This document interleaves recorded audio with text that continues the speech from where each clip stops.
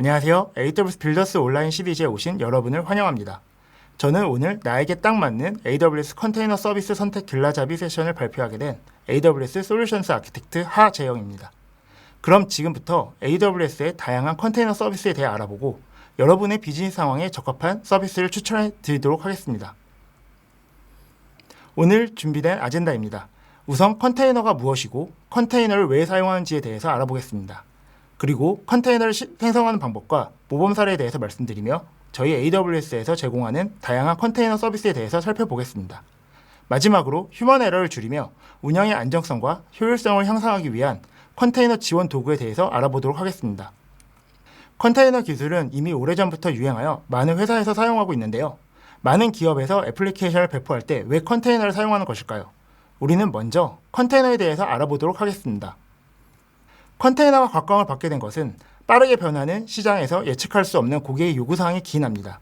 이런 환경에서 우리는 더욱 빠르고 안정적이며 효율적인 시스템 구축이 필요했습니다.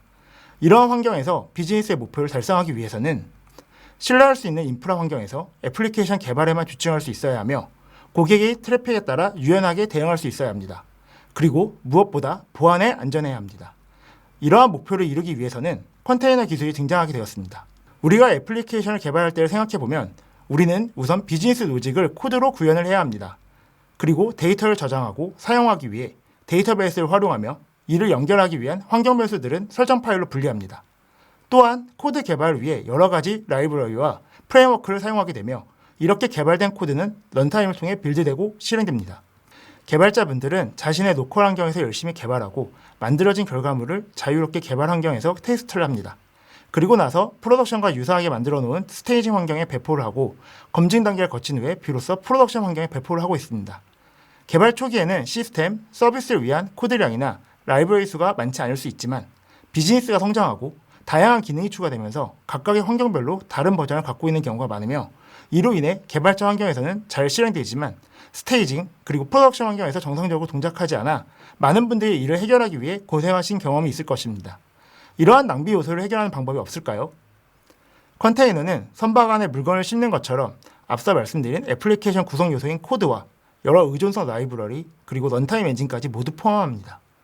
이렇게 컨테이너는 기존의 애플리케이션 구동을 위해서 필요한 설치 매뉴얼까지도 불필요하게 됩니다. 또한 컨테이너는 격리된 자신만의 실행 환경을 갖기 때문에 다른 컨테이너의 간섭을 받지 않게 됩니다. 그리고 컨테이너는 기존의 가상 머신과 다르게 개별 OS를 갖고 있지 않고 호스트 OS를 공유하며 리눅스 커널의 C그룹, 네임스페이스 기술을 활용하여 격리된 환경을 구축합니다. 컨테이너는 별도의 OS를 위한 CPU, 메모리 낭비 없이 오직 여러분의 애플리케이션에만 사용할 수 있어 효과적으로 리소스를 활용할 수 있습니다. 또한 모든 환경에서 컨테이너 런타임만 있으면 즉시 실행이 가능하기에 애플리케이션의 빠른 실행 환경을 구축하는 데 효과적입니다. 이렇게 컨테이너는 많은 이점을 가지고 있습니다.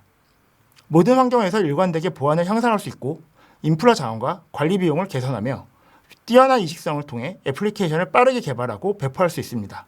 그리고 AWS에서 제공하는 다양한 관리형 컨테이너 서비스를 활용해서 자동화된 검증 환경을 통해 운영 부담을 줄이면서 안정적인 서비스를 구축할 수 있습니다. 그럼 이번에는 이렇게 효율적인 컨테이너를 직접 생성하고 실행하는 방법에 대한 모범 사례를 알아보겠습니다. 우선 컨테이너라는 용어를 좀 나누어 생각해 볼 필요가 있는데요. 컨테이너와 컨테이너 이미지가 있습니다. 컨테이너 이미지는 앞서 애플리케이션의 구성 요소를 한 개로 묶은 파일 시스템이고 이런 컨테이너 이미지를 사용해서 컨테이너 런타임에서 실행된 프로세스가 컨테이너입니다. 따라서 우리가 컨테이너를 생성하기 위해서는 컨테이너 이미지를 먼저 만드셔야 하는데요. 그림에서 보시는 것과 같이 우분투 기반의 파이썬 애플리케이션을 실행하기 위해서 작성된 다커 파일을 확인할 수 있습니다. 그리고 간단하게 다커 빌드 명령어를 사용해서 컨테이너 이미지를 생성할 수 있습니다. 그럼 여기서 꿀팁을 한 가지 말씀드리면 컨테이너 이미지는 각각의 레이어로 구성된 파일 시스템이며 이미지가 작을수록 빠르게 컨테이너를 실행할 수 있고 리소스 자원도 효율적으로 사용하실 수 있습니다. 따라서 컨테이너 이미지를 사용하실 때는 다커 파일 상단에 프롬절에 선언하는 베이스 이미지를 알파인, 슬림과 같은 작은 이미지를 사용하시는 것을 추천드리며 런 명령어는 엔드 연산자를 사용하여 불필요한 이미지 레이어를 만들지 않도록 하는 것이 효과적입니다. 또한 이미지 생성에 불필요한 라이브러리가 포함되지 않도록 멀티스테이지 빌드를 활용하여 빌드할 때만 필요한 라이브러리를 제거하고 애플리케이션 실행에 필요한 라이브러리만 포함할 수 있도록 작성하는 것이 컨테이너 이미지 사이즈를 줄이는 데 효과적입니다. 이렇게 생성된 컨테이너 이미지를 컨테이너 레지스트에 저장이 필요합니다. 여기서 여러분들 위해 또 한 가지 꿀팁이 있습니다. 바로 컨테이너 이미지 저장소로 안전한 아마존 ECR을 사용하시는 것입니다. 아마존 ECR은 완전 관리형 컨테이너 이미지 저장소이며 이미지가 저장되면 무료로 제공해드리는 스캔 기능을 통해서 OS 레벨의 CV 취약점을 진단하실 수 있습니다. 또한 여러분들의 컨테이너 이미지는 소중하기 때문에 아무나 접근할 수 없는 프라이빗한 레파지토리에 저장하는 것이 보안 향상에 효과적입니다. 이렇게 생성된 컨테이너 이미지를 배포하고 실행할 수 있습니다. 이제 우리는 컨테이너를 실행하는 환경인 AWS 클라우드 컨테이너 서비스에 대해서 살펴보도록 하겠습니다. 우리는 AWS에서 어떤 컨테이너 서비스를 이용해야 할까요? AWS에서는 폭넓고 다양한 컨테이너 서비스를 제공해 드리고 있습니다. 우선 컨테이너를 실행하고 운영할 수 있는 컨테이너 관리 서비스가 있으며 서버의 구동 방식에 따라 여러분들의 환경에서 컨테이너를 직접 운영할 수 있는 서버 방식, 컨테이너가 실행된 인프라 영역을 저희 AWS에 맡겨주시는 서버리스 방식이 있습니다. 그럼 애플리케이션, 서비스의 요구사항과 워크로드에 가장 적합한 AWS 컨테이너 서비스를 선택하는 방법을 알아보겠습니다. 여러분은 처음부터 대규모의 컨테이너 서비스를 이용하실 필요는 없습니다. 애플리케이션, 서비스 특성과 제공하는 규모에 따라서 컨테이너 관리 서비스를 선택하시면 되는데요. 컨테이너 관리 서비스를 직접 구축하는 것 대신에 AWS 완전 관리형 서비스를 활용하셔서 운영 부담을 줄이시고 애플리케이션 개발에 집중하셔서 여러분의 서비스를 차별화하시는 것을 추천드립니다. 먼저 서비스를 제공하는 규모가 상대적으로 적으며 단일 컨테이너를 사용하신 경우에는 아마존 라이트세일과 AWS 엘라스틱 빈스토크 서비스를 추천드립니다. 아마존 라이트세일은 컨테이너를 배포할 수 있는 기능이 추가되어 컨테이너 이미지를 추가하거나 설정하실 수 있습니다. 그리고 엔진엑스, 레디스 서버가 기본적으로 포함되어 웹 애플리케이션을 즉시 배포하실 수 있습니다. 기존 라이트세일을 사용하시는 고객분들에게 추천드립니다. 그리고 AWS 엘라스틱 빈스토크의 경우는 고, 자바, .NET, Node.js, PH 및 다커를 사용하여 웹 애플리케이션을 빠르게 배포하고 운영할 수 있는 서비스입니다. 여러분들은 소스코드, 컨테이너 이미지만 업로드하시면 엘라스틱 빈스토크가 필요한 용량을 프로비저닝하고 부하를 분산하는 로드 밸런싱, 트래픽에 따라 오토 스케일링까지 손쉽게 구성하도록 도와주는 서비스입니다. 우리가 개발하고 운영하는 컨테이너의 수가 적고 관리할 서버, 인스턴스가 적은 경우에는 관리자가 직접 서버를 생성하고 컨테이너를 직접 실행해서 관리할 수가 있습니다. 하지만 애플리케이션, 서비스의 규모가 커지게 되면서 사용자가 많아지고 서비스의 기능이 추가된다면 그에 비례하여 컨테이너 수도 증가하게 될 것입니다. 그럼 기존의 서버만 갖고 컨테이너를 운영하기 어려운 상황이 발생하게 되는데요. 컨테이너 수가 증가하게 되면 그 수에 비례하여 컨테이너를 실행하기 위한 서버 수도 증가하게 됩니다. 또한 고객의 요구사항을 빠르게 반영하고 배포하기 위해서 마이크로 서비스 아키텍처를 적용한다면 각 마이크로 서비스마다 컨테이너를 실행하고 관리해야 할 것이며 각각의 마이크로 서비스에 대한 네트워킹, 트래픽 밸런싱에 대한 운영이 필요합니다. 우리는 많은 서버 중에서 컨테이너를 어디에 배치해야 하고 내부, 외부 통신을 어떻게 구성해야 할까요? 그리고 사용자 트래픽을 효율적으로 분산하고 스케일링에 대한 고민도 필요합니다. 그리고 개발자들은 신규 애플리케이션이 다른 서비스에 영향이 없도록 배포를 하고 싶고 운영자는 혹시 버전에 이슈가 있을 경우 즉시 롤백을 하고 싶습니다. 그리고 운영자는 서비스 규모가 커지게 되면서 많은 서버, 다수의 컨테이너 관리를 수동으로 하기에는 너무 어렵습니다. 이러한 요구사항을 해결하기 위해서 우리는 컨테이너 오케스트레이션 도구가 필요하게 되었습니다. 컨테이너 오케스트레이션은 오케스트라 연주에서 지휘자가 연주자들을 이끌어 조화로운 연주를 하는 것처럼 우리의 애플리케이션, 컨테이너를 여러 서버들에 배포하고 관리를 자동화해 줍니다. 클러스터와 컨테이너 상태를 관리자가 원하는 대로 조정해주는 컨트롤 플레인과 실제 애플리케이션, 서비스가 동작되고 컨테이너가 실행된 영역인 데이터 플레인으로 구성되어 있습니다. AWS에서는 대표적으로 컨테이너 오케스트레이션을 제공하는 두 개의 서비스가 있는데요. 가장 간편하지만 강력한 아마존 ECS와 오픈소스 쿠버네티스를 업스트림 버전으로 제공해서 유연하게 사용할 수 있는 아마존 EKS가 있습니다. 이제 아마존 ECS, 아마존 EKS 서비스에 대해서 살펴보겠습니다. 먼저 아마존 ECS입니다. 아마존 ECS의 가장 큰 장점은 강력하면서 심플하다는 것입니다. 아마존 ECS는 AWS에서 컨테이너화된 애플리케이션을 쉽게 배포하고 유연하게 확장할 수 있도록 지원하는 완전 관리형 컨테이너 오케스트레이션 서비스입니다. 또한 아마존 ECS는 AWS의 다양한 컨테이너 기반의 서비스에서도 실제로 사용되고 있습니다. 그리고 AWS 서비스들과 긴밀하게 통합되어 사용할 수 있어 대규모 컨테이너를 운영하실 때 많은 장점을 제공하고 있습니다. 아마존 ECS 클러스터는 AWS 콘솔에서 몇 번의 버튼 클릭만으로 쉽게 생성할 수 있으며 또한 클라우드 포메이션과 같은 코드로 생성하고 관리할 수 있습니다.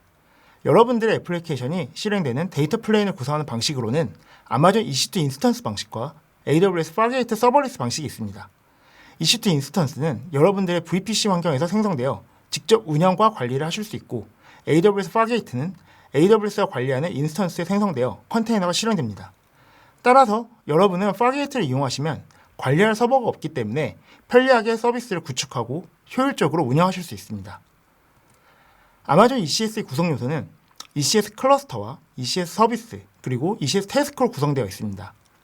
각각의 구성 요소들을 하나씩 살펴보면 우선 클러스터는 ECS의 작업, 태스크가 실행되는 논리적인 그룹입니다. 태스크는 애플리케이션을 구성하는 하나 이상의 컨테이너로 구성되며 JSON 형식의 작업 정의 텍스트 파일을 통해서 생성할 수 있습니다. 그리고 ECS 서비스는 ECS 클러스터의 원하는 수의 태스크를 동시에 실행하고 유지할 수 있습니다.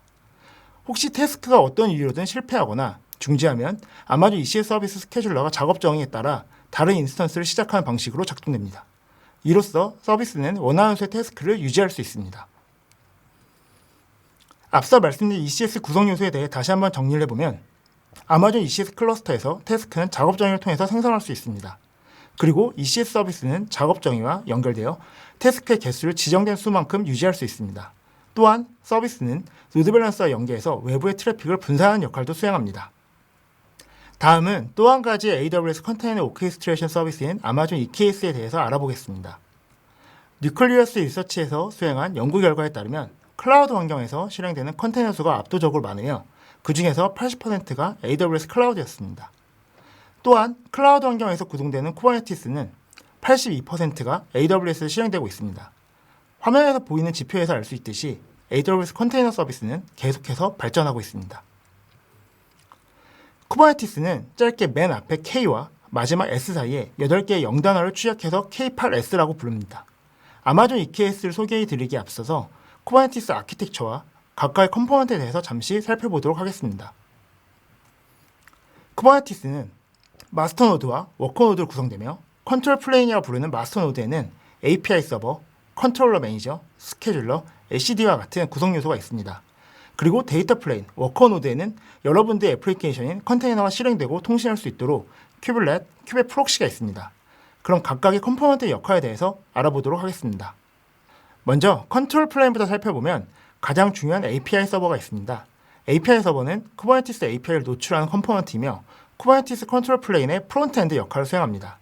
화면에서 보시는 것과 같이 컨트롤러 매니저, 스케줄러, LCD가 모두 API 서버에 연계해서 동작되는 것을 확인할 수 있습니다.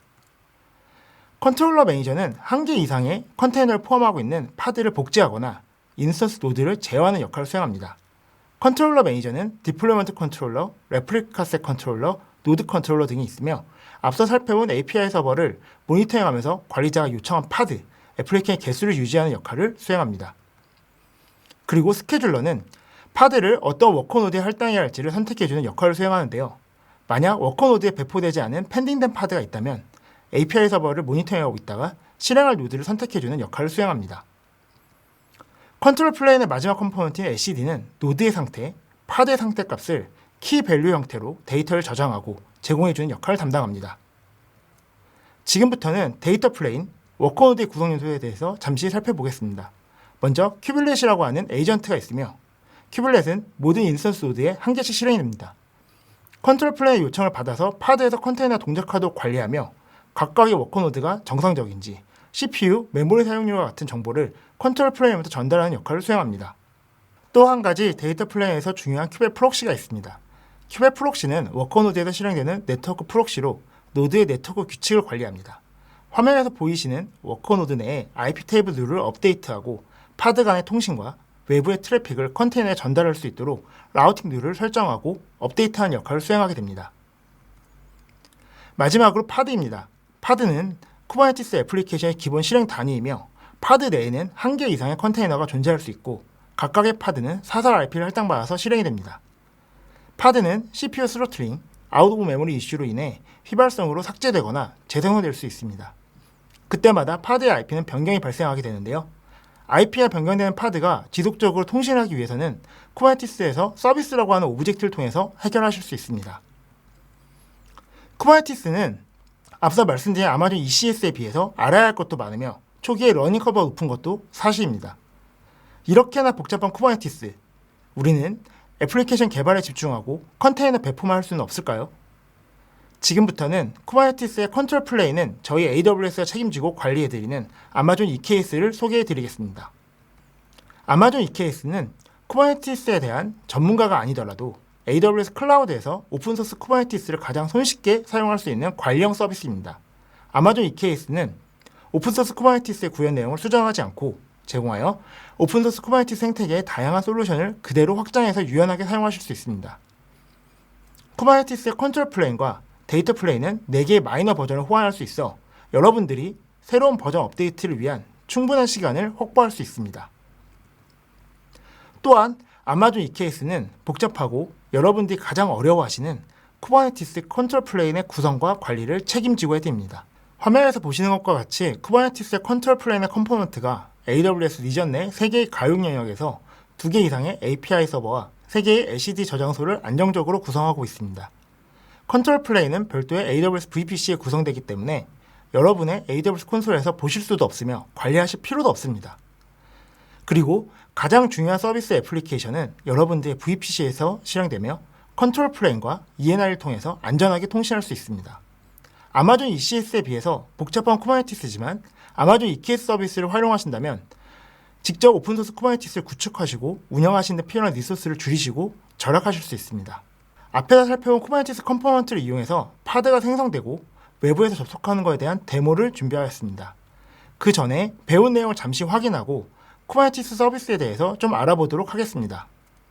큐베 컨트롤 명령을 통해서 디플로이먼트를 생성하게 되면 마스터 노드의 큐베 API 서버에서 디플로이먼트 생성 요청을 전달받습니다.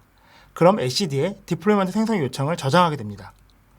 컨트롤러 매니저의 디플로이먼트 컨트롤러와 레플리카스 컨트롤러는 API 서버가 LCD 상태의 변경을 확인하여 레플리카 생성을 요청합니다. 그리고 컨트롤러 매니저는 새로운 파드 생성 준비를 API 서버에 전달하고 LCD의 상태를 저장하게 됩니다.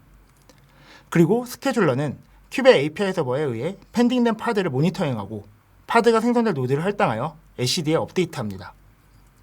그리고 해당 노드의 큐뷸렛은 자신의 노드에 생성되지 않은 파드가 있는지 체크하고 파드를 생성하게 됩니다.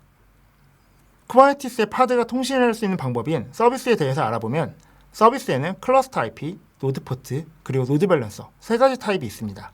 클러스터 IP는 여러 개의 파드들을 대표하는 한 개의 진입점을 만들어줍니다. 이 진입점은 파드를 대표하는 유니크한 가상의 IP가 생성이 되어 마치 애플리케이션이 노드 밸런서를 만들고 타겟글을 붙이는 형태처럼 파드들이 수십 개, 수백 개가 실행될지라도 서비스 엔드포인트로 구성이 됩니다. 하지만 클러스터 IP는 내부 통신만 지원합니다.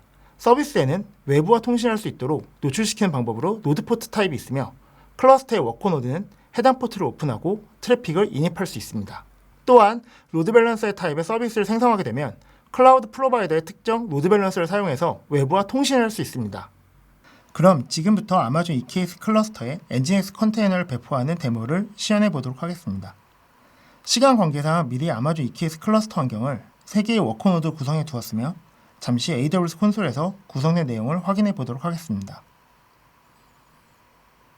아마존 EKS 클러스터에 접속하시면 컴퓨팅 메뉴를 확인하면 화면에서 볼 수 있듯이 M5 라지 인스턴스 타입으로 워커노드 3개가 구성되어 있음을 확인할 수 있습니다. 또한 아마존 EC2 메뉴에서도 동일하게 3개의 인스턴스를 확인할 수 있는데요. 저는 여기서 클라우드9 개발자 통합 환경도 구성해 두었습니다. 이제 클라우드9에 접속해서 큐베 컨트롤 명령어를 활용하여 엔진X 컨테이너를 배포해 보도록 하겠습니다. 여기서 새로운 터미널을 하나 더 만들어야 되는데요. 우선 왼쪽 터미널에는 왓치 명령어를 활용하여 쿠버네티스 리소스를 모니터링할 수 있습니다. 그리고 오른쪽 화면에는 엔진X 컨테이너 이미지를 3개를 구성할 수 있도록 디플로이먼트를 생성해 보도록 하겠습니다.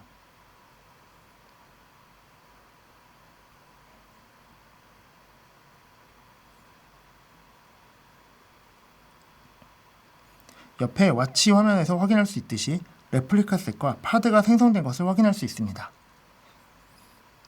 그리고 해당 파드를 외부에서 실행하기 위해서 쿠버네티스 오브젝트인 서비스에 대해서 알아보았었는데요. 서비스 타입 중에서 로드 밸런서 타입을 통해서 외부 브라우저에서 접속할 수 있도록 구성해 보도록 하겠습니다. 서비스를 만들기 위해서는 앞서 만든 디플로이먼트를 큐벳 컨트롤 익스포즈 명령어를 통해서 구성하실 수 있습니다. 엔진엑스의 기본 포트인 80포트를 이용해서 서비스를 생성합니다.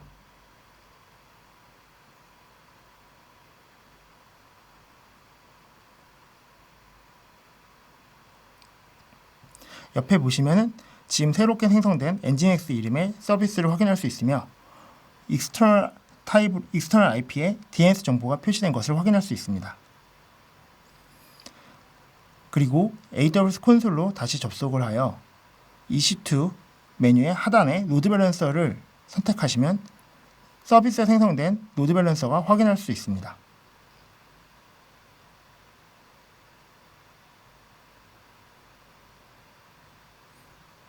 지금 화면에서 보신 것 같이 서비스를 생성하면 AWS 클라우드에서는 로드 밸런서가 생성이 됩니다. 다시 클라우드9으로 접속하여 생성된 엔진엑스 서비스를 디스크라이브 명령어를 통해서 확인해보면 엔드포인트 부분에 3개의 IP가 보입니다. 엔드포인트는 서비스가 트래픽을 전달하고자 하는 파드의 집합입니다. 따라서 해당 IP는 파드의 IP가 됩니다. 우리는 여기서 파드의 좀 상세 정보를 확인해 보도록 하겠습니다.